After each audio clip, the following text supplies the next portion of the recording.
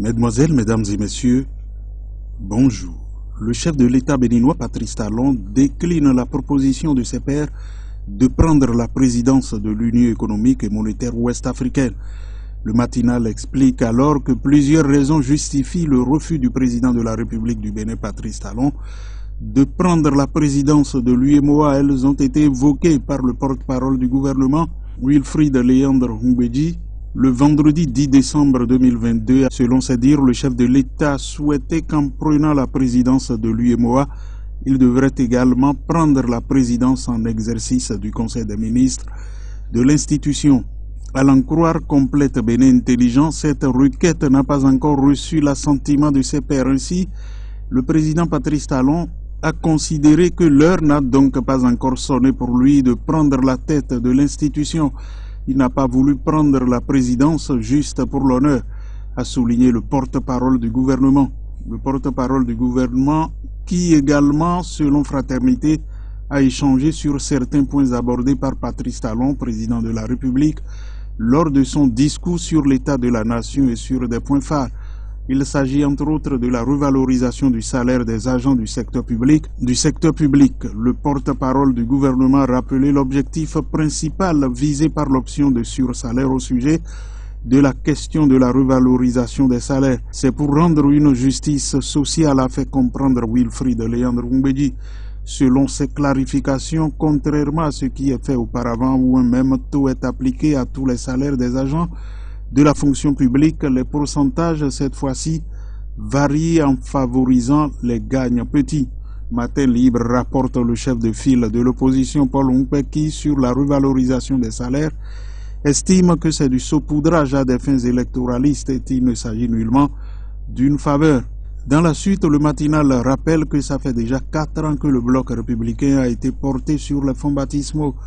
Un événement majeur pour la vie du parti, mais qui a été modestement célébré.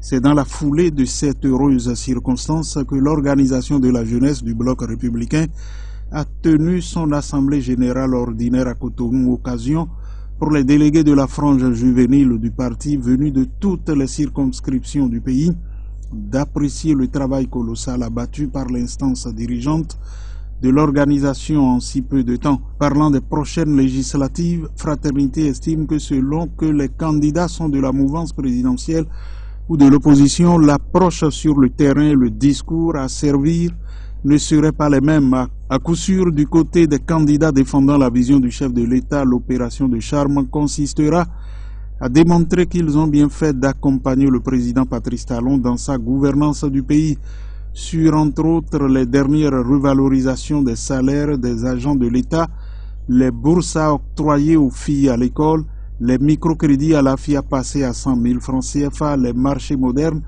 la modernisation des infrastructures routières. Les candidats de la mouvance surferont pour faire comprendre aux populations qu'ils ont intérêt à ne pas arrêter la dynamique. En ce qui concerne le camp en face, à savoir l'opposition, elle tirera sur la corde non seulement de la pluralité indispensable au palais des gouverneurs, mais aussi sur le gain pour les électeurs d'avoir un autre son de cloche là-bas.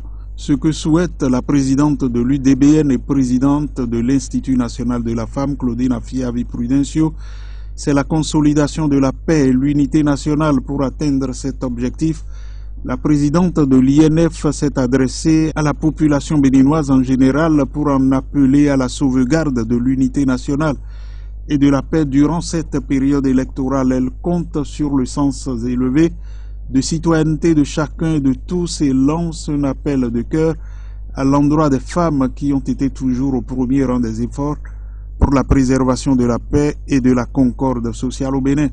C'est également une occasion pour la présidente de l'Institut national de la femme d'exprimer son souhait ardent de voir au soir du dimanche 8 janvier 2023 un fort taux de femmes élues au Parlement pour la 9e mandature. Et le même journal, en ce qui concerne les femmes, nous apprend que s'il y a un homme dont les actions font l'unanimité et suscitent une forte adhésion au sein de la gente féminine, dans la 14e circonscription électorale en général et en milieu Peul en particulier, c'est bien le jeune aux ambitions politiques réalistes, pragmatiques, Latifou Alassane, l'un des pans de ses actions qui lui a valu toute la popularité dont il jouit actuellement est sans équivoque son combat pour l'autonomisation et l'émancipation des femmes et des filles à travers des actes dont l'efficacité ne fait l'ombre d'aucun doute.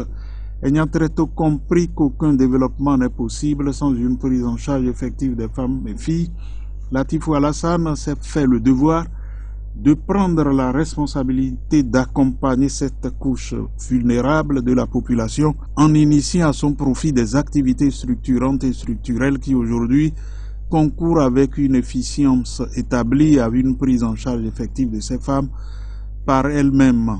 En football et concernant la Coupe du Monde, l'autre quotidien écrit que les quarts de finale de la Coupe du Monde ont pris fin samedi dernier au terme des confrontations. Les 4 nations ayant décroché leurs tickets pour les demi-finales sont l'Argentine, la Croatie, le Maroc et la France.